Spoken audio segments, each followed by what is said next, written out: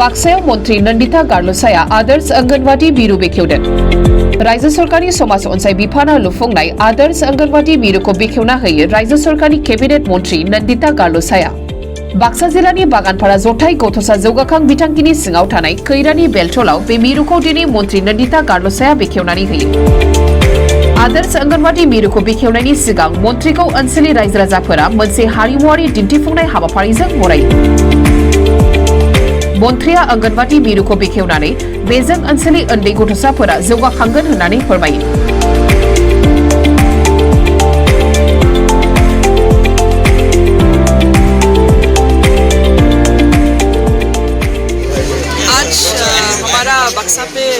बक्सा district day है। इस बक्सा डिस्ट्रिक्ट डे पे फर्स्ट इनॉग्रेशन ऑफ बक्सा डिस्ट्रिक्ट में हमारा आंगनवाड़ी सेंटर्स आज पे हुआ है।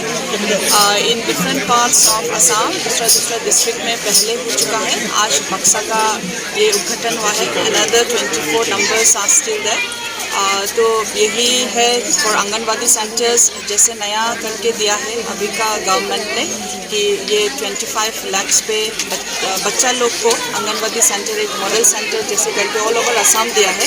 तो इसमें एक नया ये आएगा एनवायरनमेंट आएगा बच्चा लोग को कि ये आंगनवाड़ी सेंटर्स आके और इन टर्म्स ऑफ एजुकेशन अच्छा होने के लिए अकॉर्डिंग टू NEP अभी बहुत सारा अलग अलग करके क्लासेस को दे चुका है। उसमें हमारा यहाँ पे गांव-गांव में LP स्कूल्स है नो डाउट, लेकिन आंगनवाड़ी सेंटर्स के हिसाब से बच्चे लोग यहाँ पढ़ने से एनवायरनमेंट थोड़ा अच्छा होगा बोल के ये सरकार ने सोचा है और इसमें हम सब पूरा पब्लिक लोग इसको सपोर्ट करके ये आज कर सका है। इसलिए मेरा तरफ से बहुत बहुत कॉन्ग्रेचुलेशन टू बक्सा डिस्ट्रिक्ट।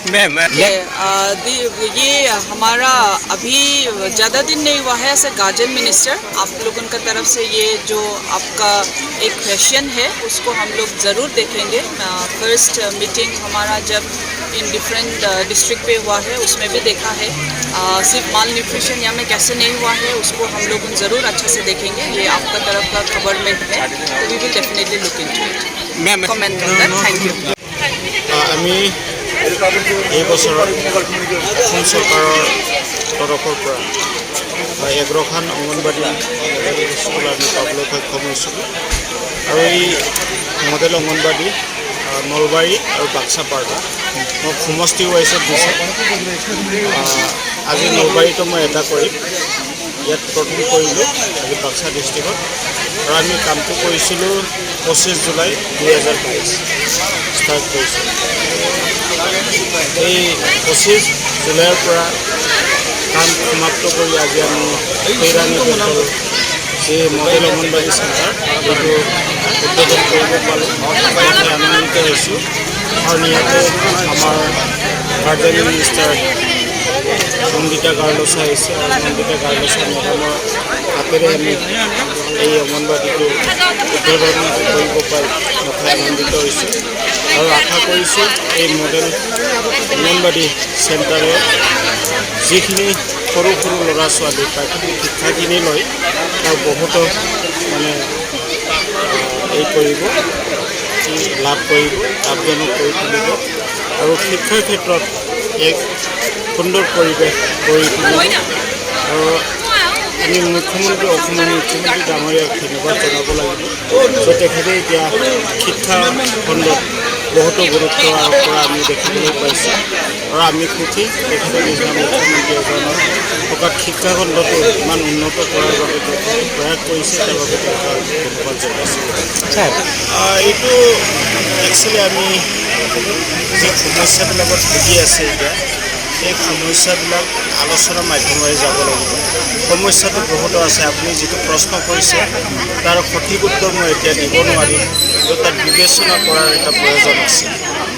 ইয়াত দেখিবলৈ পোৱা নাই যিখিনি বাক্সা ডিষ্ট্ৰিক্ট আপুনি পৰীক্ষাত উত্তীৰ্ণ হোৱাৰ কথাটো আপোনালোকে সুধিছে, এয়া একচুৱেলি নিজৰ ওপৰতো নিৰ্ভৰ কৰে।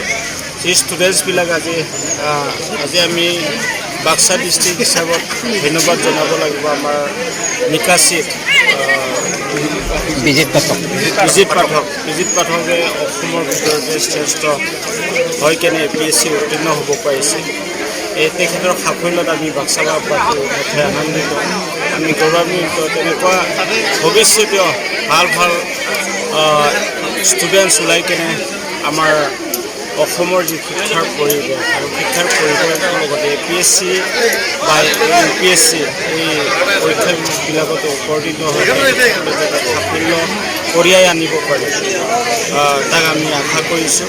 আৰু যিখিনি উঠি অহা ষ্টুডেণ্টছবোৰ আছে তেখেতসকলকো শিক্ষা খণ্ডত মই গুৰুত্ব আৰোপ কৰিবলৈ আহ্বান জনাইছোঁ। এইটো আমি আলোচনা কৰিছোঁ আজি এইটো স্কুলখনৰো আমি য'ত এতিয়া থিয় হৈ আছোঁ এইখন স্কুলখনৰ 700তকৈ অধিক মানে ছাত্ৰ ছাত্ৰী আছে, কিন্তু ইয়াত 7জন শিক্ষকেৰে স্কুলখন চলি আছে। আৰু এইবিলাক মানে শিক্ষা খণ্ডত আমি যিখিনি শিক্ষা